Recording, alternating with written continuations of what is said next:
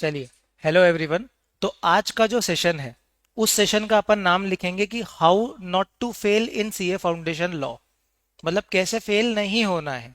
CA foundation law हो चाहे कोई भी थ्योरी पेपर हो, ठीक है। क्योंकि मोर और लेस, चाहे वो सीए फाउंडेशन का लॉ हो, इंटर का लॉ हो, या आजकल जितने भी थ्योरी पेपर हो, जैसे आप नेक्स्ट लेवल पे जाओगे तो आपको ऑडिट पढ़ना पड़ेगा, एसएम पढ़ना पड़ेगा, जो कोर थ्योरी चैप्टर्स है, थ्योरी सब्जेक्ट्स है। और लॉ भी काइंड ऑफ उसके जैसा ही चेकिंग में हो चुका है। मतलब अब ऐसा नहीं कि लॉ में अलग चेकिंग होती है, या ऑडिट और एसएम में अलग चेकिंग होती है, या फाइनल के ऑडिट में अलग चेकिंग होती है। जो थ्योरी सब्जेक्ट को चेक करने का जो मेन मेथड है, वो आईसीआई का सेम ही हो चुका है। अब थोड़ा सा डिटेल में समझेंगे। मतलब बहुत सारी ऐसी बातें आपको पता चलेगी कि आपको लगा यार ये तो मालूम था, लेकिन 10 बातों में से कुछ दो ऐसी बातें होंगी जो आप आज पहली बार सुनोगे, या उसको अलग तरीके से समझोगे। तो पेशेंटली आपको बस मेरी बात सुननी है। देखो, सबसे पहले समझो कि हमारे मार्क्स कटते क्यों हैं लॉ में।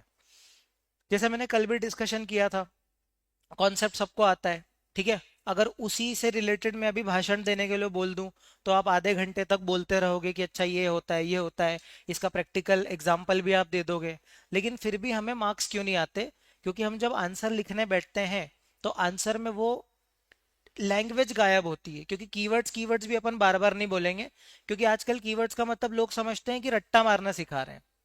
ये दोनों में जमीन आसमान का फर्क है। देखो, रट्टा मारना वो होता है जो अपन 3 इडियट्स में देखते थे, कि जहाँ पे चतुर जो है वो बिना समझे रट्टा मार रहा है, कि उसको उस चीज का मीनिंग ही समझ में नहीं आ रहा है और फिर वो उसका रट्टा मार रहा है।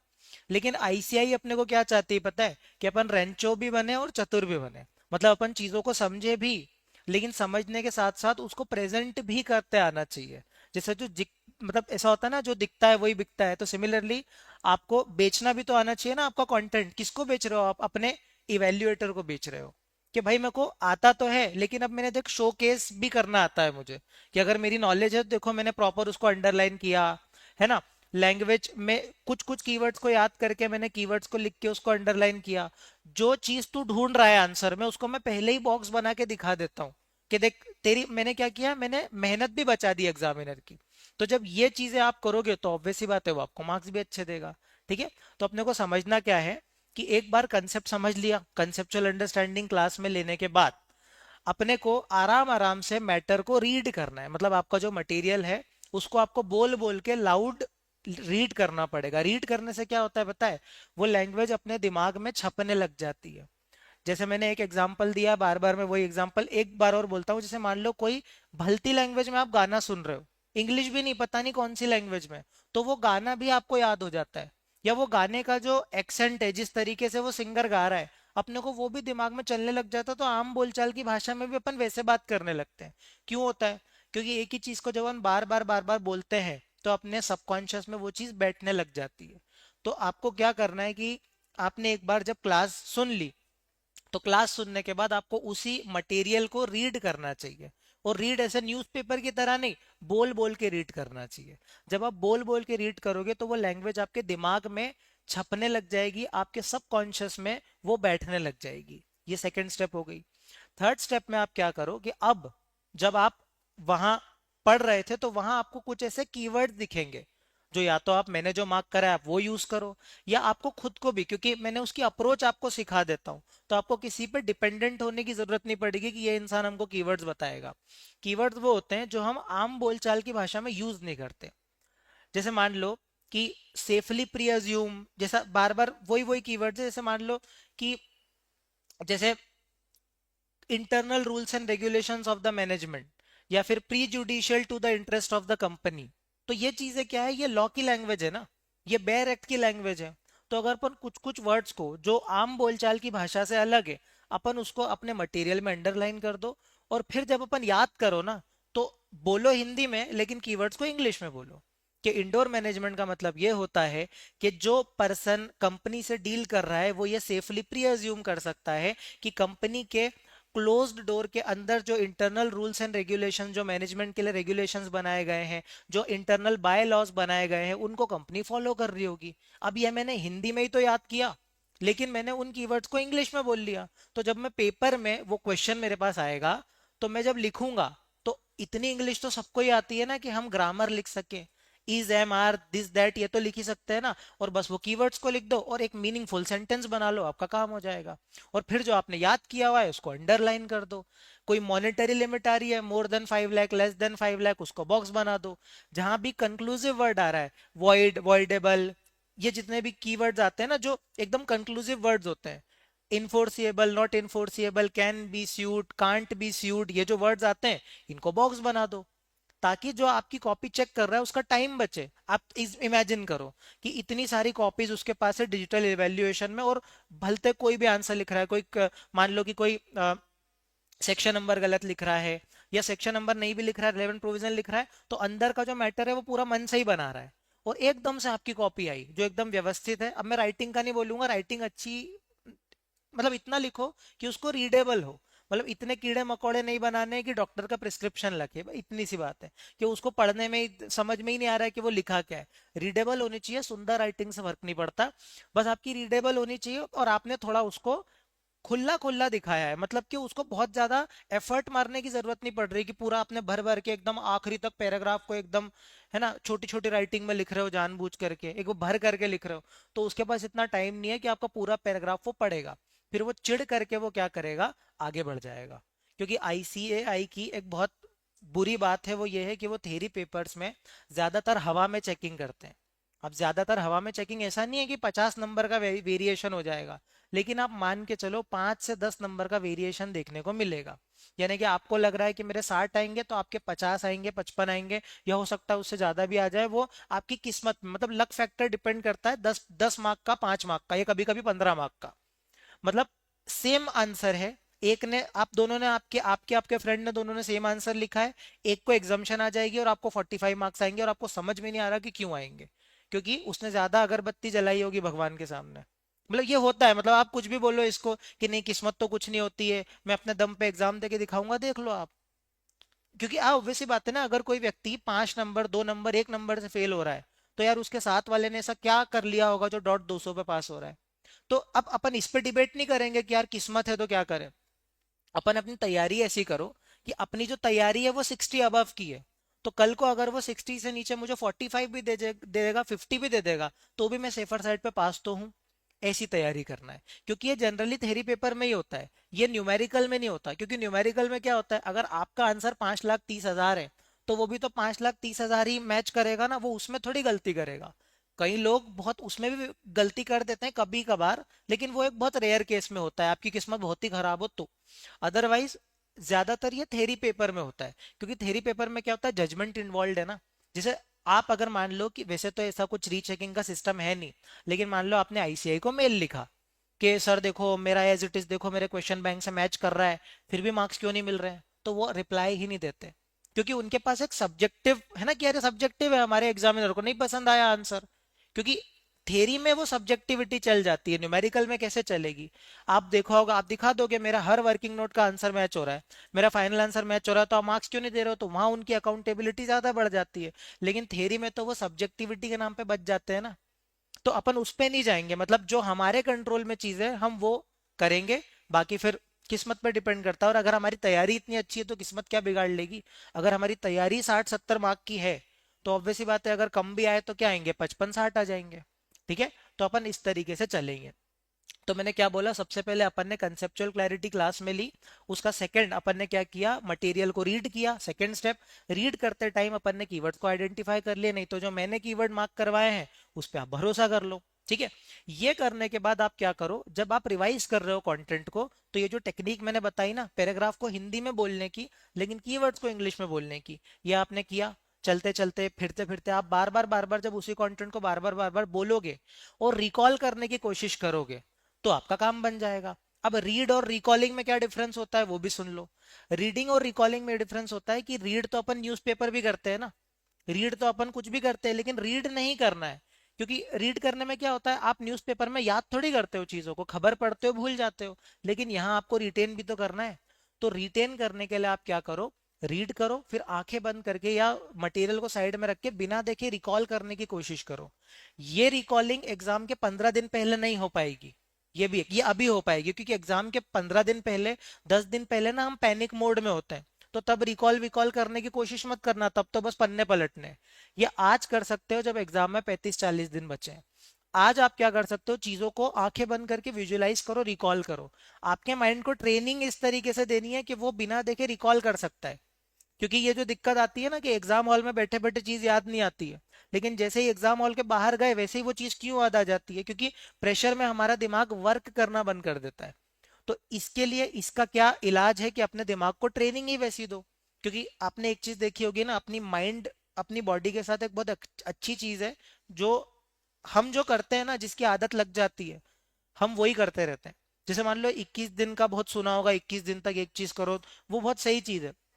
जैसे मान लिया आप एक्सरसाइज कर रहे हो, 21 दिन तक आपको तकलीफ होगी, 22वें दिन से अपने आप आपकी आदत बन जाएगी, तो फिर आपको इतना फर्क भी नहीं पड़ेगा। जैसे मान लो शुरुआत में आपने पढ़ाई करना शुरू करी, तो आपसे 5 घंटा भी नहीं बैठा जा रहा है, लेकिन आपने जैसे तैसे अपने मन को मार के अगर 10-15 दिन 20 दिन 12-12 घंटे बैठ गए, तो फिर बाद में वो आपके सेकंड नेचर में आ जाता है। तो सेम ये करना है, क्या करना है अपने को, रिकॉलिंग की इतनी हैबिट डाल लेनी कि अपना माइंड जो है वो रिकॉल करने के लिए यूज टू हो जाए। जब ये चीज हो गई तो फिर कौन रोकेगा आपको अच्छे मार्क्स लाने से, क्योंकि आपने कंसेप्चुअली पढ़ा सर से, उसके बाद आपने रीड किया तो आपके दिमाग में लैंग्वेज बैठना शुरू हुई। फिर आपने क्या किया, कीवर्ड्स को बार बार बोल के याद किया। और अब क्या करना है, मतलब ये स्टेप्स आपको लग रहा है इतना सारा कैसे करना है, मतलब वो पढ़ाई का एक ही हिस्सा है, मैं उसको बस तोड़ के बता रहा हूँ आपको। फिर आप क्या करो, सिंपली स्क्रिबल रिवीजन किया करो। स्क्रिबल मतलब कि कभी डॉक्टर को प्रिस्क्रिप्शन लिखते देखा है, वो NA बनाता है फिर ऐसे ऐसे कर देता है। तो सेम आपको भी करना है। आपको क्या करना है, एक रफ पेज आपके पास लेना है।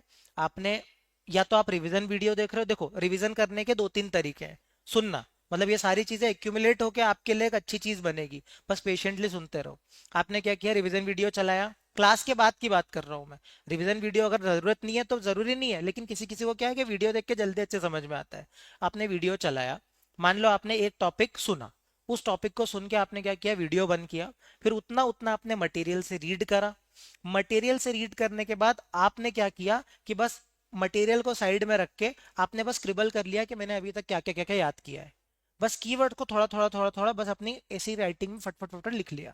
जब आप स्क्रिबल रिवीजन करोगे, फिर उतना वीडियो चलाया, फिर वो टॉपिक, फिर उसको मटेरियल से रीड करा, आंख बंद करी, रिकॉल करा और मतलब लिख लिया, उसको स्क्रिबल रिवीजन कर लिया। ये इतनी इफेक्टिव टेक्निक है कि by the end of the video जब आप पूरा का पूरा चैप्टर इस तरीके से स्क्रिबल करके याद करोगे ना, फिर आप जब पूरा का पूरा चैप्टर लिखने की कोशिश करोगे तो 80-90% आप बिना देखे स्क्रिबल कर लोगे। ये बहुत इफेक्टिव टेक्निक है, इसको स्मार्ट स्टडी बोलते हैं। फिर एट लास्ट आप क्या करो, जो वंडर बुक है, क्वेश्चन बैंक है, जो भी आपके पास है, आपने क्या किया, क्वेश्चन पढ़ा और क्वेश्चन पढ़ के उसका आंसर जो है विजुअलाइज किया, उसको थोड़ा थोड़ा स्क्रिबल कर लिया और बस उसको एक बार अपनी बुक से मैच कर लिया। आप अपनी बुक से मैच करोगे तो ऐसा हो सकता है ना कि यार ये पैराग्राफ मैंने फालतू लिख दिया, या ये पैराग्राफ मेरे को लग रहा था कि लिखना चाहिए लेकिन ये, तो उसको काट दो या उसको गोला लगा दो कि मैं फालतू लिख रही हूँ या लिख रहा हूँ। उसके बाद अपन ने क्या किया कि कुछ ऐसी चीजें हैं जो आपने गलत लिख दी होंगी, हो सकता है कि आपने टॉपिक गलत आइडेंटिफाई कर दिया, तो उतने उतने पोर्शन को आपने क्या किया, ऐसे गोला लगा के स्टार लगा दिया कि यार ये चीज मुझको दोबारा रिविजिट करने की जरूरत है, क्योंकि ये मैं पहली बार में रिकॉल नहीं कर पा रहा था, नहीं कर पा रही थी। फिर ऐसे करके आपने सारे के सारे क्वेश्चन बैंक को ओरली सॉल्व कर लिया। अब ये हुई आपकी कंप्लीट तैयारी। और एट लास्ट आपने क्या किया, 100 मार्क का मॉक टेस्ट अटेम्प्ट कर लिया। तो ये होती है राइट वे ऑफ स्टडी। मतलब अगर आप इसमें से एक भी चीज स्किप करोगे ना, तो होगा क्या, आप में कॉन्फिडेंस नहीं आएगा, फिर आप किस्मत के भरोसे एग्जाम देने जाओगे। क्योंकि आपने देखा होगा लॉ, मतलब जनरली फाउंडेशन में लॉ में ही फेल होते हैं। ऐसा एक ना एक थ्योरी पेपर ग्रुप में होता है, जैसे सेकंड ग्रुप में इंटर में ऑडिट है, तो सब में निकल जाते हैं, ऑडिट में फेल हो जाते हैं। इधर सब में निकल जाते हैं, लॉ में फेल हो जाते हैं। क्यों? क्योंकि हम क्या करते हैं ना, थ्योरी पेपर को इतना ज्यादा वेटेज नहीं देते। जैसे अकाउंट्स में तो पूरी बुक भर देंगे सॉल्व कर करके, अकाउंट्स में तो एकदम इज्जत से एकदम मोटे मोटे रजिस्टर भर देंगे, बैलेंस शीट मैच कर लेंगे। लेकिन जब लॉ की बारी आती है तो अपन शॉर्टकट लगाते हैं। ठीक है? तो अगर ये आपको समझ में आ रहा है तो आप इस स्ट्रक्चर्ड वे में तैयारी करो, और ये लॉन्ग कट नहीं है, ये शॉर्टकट ही है। मतलब जितना अपन मेहनत करते आ रहे हैं उससे ये ज्यादा अच्छी टेक्निक है। ठीक है? तो मैंने इस PDF में यही लिखा हुआ है कि देखो, अब सबसे पहले मैंने फर्स्ट में क्या लिखा है पता है, कि 100% पेपर अटेम्प्ट करना कितना जरूरी है। उसका मैं रीजन बताता हूँ, समझना। मान लो एक बच्चा है जिसने मान लो 70 या 80 मार्क का अटेम्प्ट किया। ठीक है? उसने 70-80 मार्क का अटेम्प्ट किया और उसके मार्क्स अगर आ गए मान लो 32-33, और एक है जिसने मान लो पूरे 100 या 95 मार्क का अटेम्प्ट कर लिया मान लो, और उसके मार्क्स आ गए 40, जबकि दोनों सेम ही पढ़ते थे, मतलब इसको भी उतना ही पता था जितना इसको पता था, फिर भी एक हो गया पास एक हो गया फेल। भाई 100 मार्क का पेपर अटेम्प्ट करना बहुत ज्यादा जरूरी है। जैसे अपन बोलते हैं ना, क्वालिटी क्वांटिटी से ज्यादा होती है, इस एग्जाम में क्वालिटी क्वांटिटी को इक्वली रखना पड़ता है। मैं रीजन बताता हूँ। मान लो कि आपने ये 70-80 मार्क में से कितना छोड़ दिया, मान लो आपने 25 से 30 मार्क का पेपर ही छोड़ दिया। अब ये 25 से 30 मार्क में से मान लो गिरते पड़ते आपको कुछ भी नहीं आता, भाई 5 नंबर तो देता, 7 नंबर तो देता, कुछ तो आता होगा आपको, आपने क्लास करी है, भले आपको याद नहीं आ रहा, लेकिन कुछ क्लास में तो सुना होगा, 5 से 7 नंबर देता कि यहाँ पे एड ऑन कर जाते, तो ये हो जाता ना 40, 2-3 नंबर की ग्रेस मिल जाती है, ऐसे ही 40 आ जाते हैं आपके। इसीलिए 100 मार्क का पेपर अटेम्प्ट करना बहुत ज्यादा जरूरी है। मतलब आपको लिटरली कुछ भी करके अपनी स्पीड को इतना लेकर के आना पड़ेगा कि आप 100 नंबर का पेपर अटेम्प्ट करो। पूरा आना जरूरी नहीं है, ये कोई नहीं बताएगा आपको। अगर आपको पूरे पेपर में से अगर मान लो 80 नंबर का भी आता है तो भी आपका काम चल जाएगा, बाकी 20 का तो किसी को नहीं आता, ऐसे 100 में से 100 का किसी को नहीं आता है, रैंकर्स का छोड़ दे तो अपन। तो बाकी में आपको कुछ ना कुछ लिखना है, blank paper is a suicide note. अगर आपने ब्लैंक पेपर लिखा है मतलब पक्का फेल हो आप, क्योंकि उसमें आपने उसको स्कोप दे दिया कि कोई मार्क्स ही मत दे मुझको। लेकिन अगर आपने उसमें से कुछ तो लिखा, कोई तो कीवर्ड मैच होगा, मान लो कंक्लूजन ही मैच कर जाए। अब एक बात बोलता हूँ, आईसीआई का जो पेपर चेक करे ना वो रोबोट होते हैं, समझना। रोबोट पता कैसे होते हैं, उनको इंस्ट्रक्शन फीड कर दी जाती है कि बच्चा ये लिखे तो इतने, ये लिखे तो इतने, ये मैच हो तो इतने, बस उसके सामने वो सोचता ही नहीं है उसके आगे। तो अगर आपने मान लो कंक्लूजन भी सही लिख दिया और वो रोबोट है, तो वो कंक्लूजन कंक्लूजन के मान लो आधा एक नंबर दे देगा आपको, या मान लो एक आध अगर मान लो पैराग्राफ भी मैच हो गया तो उतने के मार्क्स दे देगा। तो आप इन चीजों को निग्लेक्ट ही मत करो ना, कुछ भी करके 100 नंबर का पेपर अटेम्प्ट करना ही करना है, क्वालिटी भी और क्वांटिटी भी, ठीक है। तो पहला पॉइंट तो अपना ये हो गया कि हमको 100 मार्क का पेपर अटेम्प्ट करना है, ठीक है। अगर मान लो ध्यान समझना, अगर आपको पार्शियल आंसर भी आप लिखते हो तो भी आप कुछ नंबर तो लेकर के आओगे, ठीक है। तो आपको कोई भी क्वेश्चन ब्लैंक नहीं छोड़ना है। सबसे पहला तो ये टिप आप कसम खाओ कि आप 100 नंबर का पूरा पेपर अटेम्प्ट करोगे, ठीक है। उसके बाद सेकंड है कि भाई किस तरीके से हम मैनेज करें टाइम को, ये बहुत दिक्कत आती है। तो टाइम मैनेज करने के लिए अपने पास एक टेक्निक है। मेरे पास 180 मिनट्स है, इन 180 मिनट्स में अपन ने क्या किया, 20 मिनट्स रिजर्व के रख दिए। अपन ने कल डिस्कस किया था, इसको पीडीएफ फॉर्म में लिख दिया है देखो। 20 मिनट क्यों रिजर्व करना, भाई टाइम वेस्ट तो होता ही है ना, पानी पिया अपन ने, वो अपना साइन वगैरह लेना है उसमें टाइम वेस्ट होता है, या कुछ क्वेश्चन जो है वो अपने को टाइम से ज्यादा लग जाते हैं, तो उसके लिए 20 मिनट का बफर रख दो। अपने पास 160 मिनट है। अब इस 160 मिनट को अगर आप 100 मार्क्स से डिवाइड करोगे ना, तो आपके पास 1.6 मिनट्स पर मार्क आते हैं। तो आप सिंपली निकाल सकते हो कि अगर एक 5 मार्क का क्वेश्चन है तो आपको 8 मिनट देने हैं, अगर 3 मार्क का क्वेश्चन है तो 4.8 मिनट देने हैं। तो मैं यहाँ पे जो राइटिंग प्रैक्टिस कराता हूँ उसका पर्पस क्या है, कि आपको एग्जाम रेडी बनाया जाए। जैसे मैं आपको क्या करता हूँ, हमेशा आपको 3 मार्क के लिए आपको 5 मिनट देता हूँ मैं, है ना। 4 मार्क के लिए अप्रोक्सीमेटली 6 मिनट देता हूँ मैं, 5 मार्क के लिए 8 मिनट्स, क्यों, क्योंकि इतना ही आपको एग्जाम में लगेगा। और आपकी अभी से आदत हो जाए कि नहीं 5 मार्क मतलब 8 मिनट, 4 मार्क मतलब 6 मिनट। अगर ऐसी आपकी प्रैक्टिस हो जाए तो पर एग्जाम में भी तो चलेगा ना, क्योंकि मैंने क्या बोला, जैसा माइंड को ट्रेन करोगे वो वैसा ही बनता चला जाएगा, ठीक है। तो ये एक चीज आपको समझ में आई, पहला 100 मार्क का पेपर अटेम्प्ट करना है। और वो कैसे अटेम्प्ट करना है, ये स्ट्रैटेजी है ना 100 मार्क का पेपर अटेम्प्ट करने के लिए। क्योंकि आप सोचो, अगर आप मान लो चलते गए, आप बोलोगे यार हर क्वेश्चन थोड़ी है कि जो 8 मिनट में हो जाएगा। अब हो सकता है ना कि आपने सोचा था कि कोई क्वेश्चन मेरा मान लो 8 मिनट में हो जाएगा, लेकिन वो इतना बदमाश क्वेश्चन था कि 12-13 मिनट लेके चले गया। तो कोई दिक्कत की बात नहीं ना, बफर है ना अपने पास। ये जो बफर है 20 मिनट्स का, इसको यूज कर लेंगे अपन। अल्टीमेटली वो बफर को यूज करेंगे ना, एंड में छूटेगा भी वो छूटेगा जो बिल्कुल नहीं आता। अब इसमें भी एक और चीज है, मान लो कि आप कोई क्वेश्चन कर रहे हो, ठीक है। अब वो ना आपने सोचा था कि 10 मिनट में हो जाना चाहिए, लेकिन वो ना 15 मिनट लेके चला गया, और वो आधा ही हुआ है, तो उसको छोड़ के आगे बढ़ जाना। समझना, मतलब ये मत करना कि जिद्दी हमको तो करना ही है, तो 10 मिनट सोचे थे और 20-25 मिनट दे दिए तो पक्का छूटेगा ना पेपर।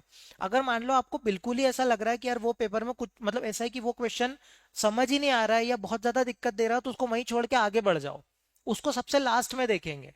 क्योंकि क्या है ना, ऐसे ही कुछ क्वेश्चन ऐसे कॉन्फिडेंस तोड़ने के लिए रखता ही है, जो आपको डिफिकल्ट लगे और वो टाइम ले आपका। तो आप क्या करो, उन क्वेश्चन को पहले ही मतलब लास्ट के लिए छोड़ दो, अगर हुआ तो हुआ, नहीं तो उसको छोड़ देंगे, क्योंकि आप उसके चक्कर में जो आता है उसको आप कॉम्प्रोमाइज कर रहे हो, ठीक है। और अगर मान लो ऐसा है कि वो 80-90% कंप्लीट हो ही गया है, तो कोई बात नहीं, 2 मिनट लगा के और कंप्लीट कर लो, बफर तो ही अपने पास 20 मिनट का। और एक और चीज, कुछ क्वेश्चन ऐसे होंगे जो 8 मिनट का सोचा था लेकिन 5 मिनट में ही हो जाएगा। क्यों भाई, अपन इतना याद कर रहे हैं, इतने कीवर्ड्स का रट्टा मार रहे हैं, इतना कंसेप्चुअली पढ़ रहे हैं। अब मान लो एज इट इज रटा रटाया क्वेश्चन आ गया मान लो, तो उसको तो आप एकदम राजधानी स्पीड में लिखोगे ना फटाफट, तो वो 8 मिनट की जगह 5 मिनट में हो जाएगा। तो 3 मिनट यहाँ से बचाए, डिफिकल्ट क्वेश्चन में लगा दिए, डिफिकल्ट में ज्यादा लग गया, बफर से निकाल लिए। ऐसा अपन बनिए वाला दिमाग लगाते लगाते लगाते लगाते 100 मार्क का अटेम्प्ट कर लेंगे। आया क्या समझ में? उसके बाद नेक्स्ट समझो। अब अपन जो बोल रहे हैं ना भाई, कि ये ना, ये बहुत अच्छी टेक्निक है, ये आप है ना, ये आपको सर भी बताएंगे। देखो ये मार्जिन्स को यूज करना क्या होता है, देखो पेपर जब आता है ना अपने पास, तो आप क्या करो, पेंसिल को ऐसा एकदम नुकीला कर लो पेंसिल को, और फिर क्या करो कि जैसे ही क्वेश्चन पेपर आपके पास आए, क्या होता है ना कि उस टाइम पे अपन इतना ओवरवेल्म्ड होते हैं ना, कि बहुत सारी चीजें याद आ रही होती, और इसमें तो ये लिखूंगी, और इसमें तो ये लिखना चाहिए, इसमें तो मैं ऐसे अटेम्प्ट करूंगा, ऐसा आता है ना। तो आप क्या करो, उसको छोटा छोटा लिख दो ना साइड में। जैसे मान लो कि आपको, मान लो सेल बाय डिस्क्रिप्शन आया क्वेश्चन में, तो सेल बाय डिस्क्रिप्शन के सारे कीवर्ड दिमाग में घूम रहे हैं, तो उसको साइड में लिख लिया छोटा छोटा पेंसिल से। उससे क्या होगा कि उस टाइम पे आप क्या करोगे, ऐसे से, और इसको ना एग्जामिनर से छुपा के लिखना, नहीं तो वो आपको चिल्ला देगा, बोलेगा कि इसको मिटाओ क्योंकि ये अलाउड नहीं है। तो अपन इसको थोड़ा छुप करके कर रहे हैं, मतलब ये अलाउड नहीं है। आप मार्जिन में छोटा, जो इसलिए मैंने बोला पेंसिल को नुकीला कर लो शार्पनर से, तो वो छोटा छोटा दिखता नहीं है, लेकिन मतलब सामने वाले को नहीं दिखता, लेकिन अपने को लिखा हुआ दिखता है। तो आप क्या करो, छोटा छोटा लिख दो। अब इससे पता क्या होगा, जब उन 15 मिनट्स में आप छोटा छोटा लिख दोगे ना, फिर जब आप उस क्वेश्चन को अटेम्प्ट करने जाओगे, तो ऐसा लगेगा कि आप अपना ही आंसर टीप के खुद लिख रहे हो।